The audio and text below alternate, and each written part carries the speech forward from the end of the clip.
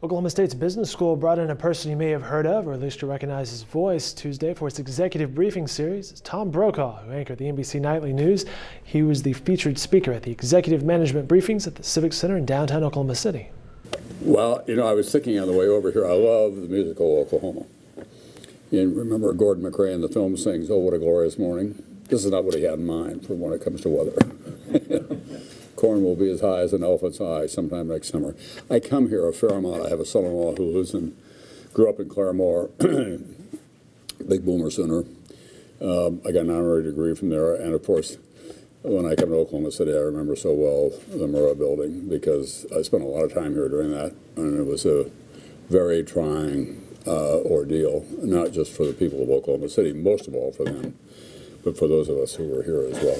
Well, I have a lot of memories. First of all, to arrive the morning after, which is we all were in New York, and stayed there that day so we could get it on the air, and then came, I guess, early the next morning, or maybe overnight. I don't remember. It was we chartered a plane to get here, and to see the building, the courthouse. The federal building, which is, was a symbol of the place of government in our lives, and to see that god-awful wound in the side of it and know the damage that had been done. And the people of Oklahoma City, I actually wrote about it, I think, in the paper, were astonishing because they were working through their grief while they were continuing their rescue efforts and dealing with it.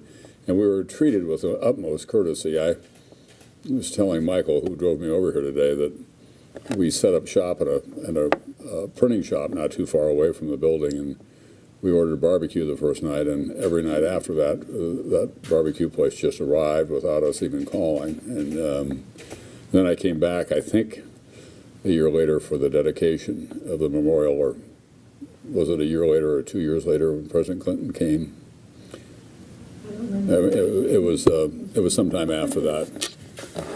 And then I've spent time here since then, obviously. And it was a great trial for the country to have had some homegrown terrorist do what he did. And it was a wake-up call, frankly, about vigilance and having a civil debate about, the place of government in our lives. And I always try to balance my Oklahoma State versus OU. It's a little tricky. I'll actually talk about that a little bit when I make my remarks today. They're two great institutions, and I know the state is very proud of both of them. I do have a son-in-law who is a boomer, so that's actually worked out very well for me because I have friends in Texas, and I've collected a lot of money from them over the years by betting on the boomers against the horns. So news consumers, the viewers and the readers, have to be more alert to determining what's A, in their best interest, and B, what's credible and what's not over the long haul of things. There was a time when you could just be a couch potato in America. You could get up in the morning, watch the Today Show because there wasn't competition. You watch Huntley and Brinkley or Walter Cronkite in the evening. Watch the local affiliates, read the local newspaper, Daily Oklahoman or whatever. And then there are a lot of choices now. And a lot of those choices are determined to try to manipulate, if you will, you to their point of view. And that's, by the way, from the left all the way across to the right. It works both ways.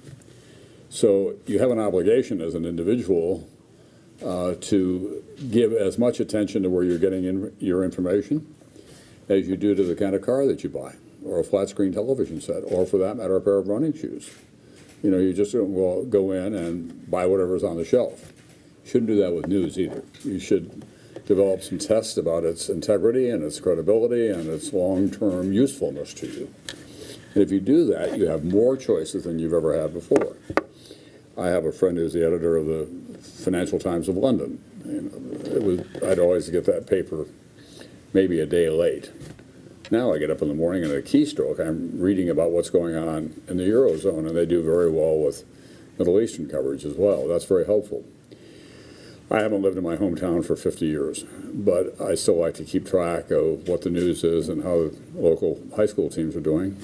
Another keystroke. All I have to do is dial it up, and it's there for me. If I want to find out something specific about a big research project that I'm working on, I can go call up an earlier story on all that.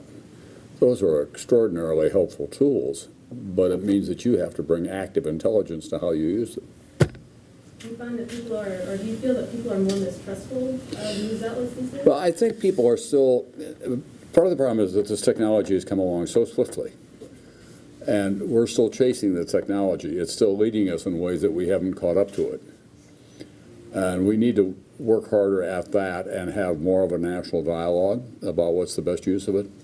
I have a woman who works for me in Montana, wonderful woman on our ranch, lives in a really isolated area. And she's pretty apolitical, but she goes online. And during the summer months, about twice a week, a little bridge over our river, and I'll see her coming from her house over to our house, and her eyes will be about this big, and she'll say, "You're not going to believe what I read on the internet today." And I always have the same answer: "Karen, you're right. I'm not going to believe what you read on the internet today." And that's kind of a healthy attitude to have.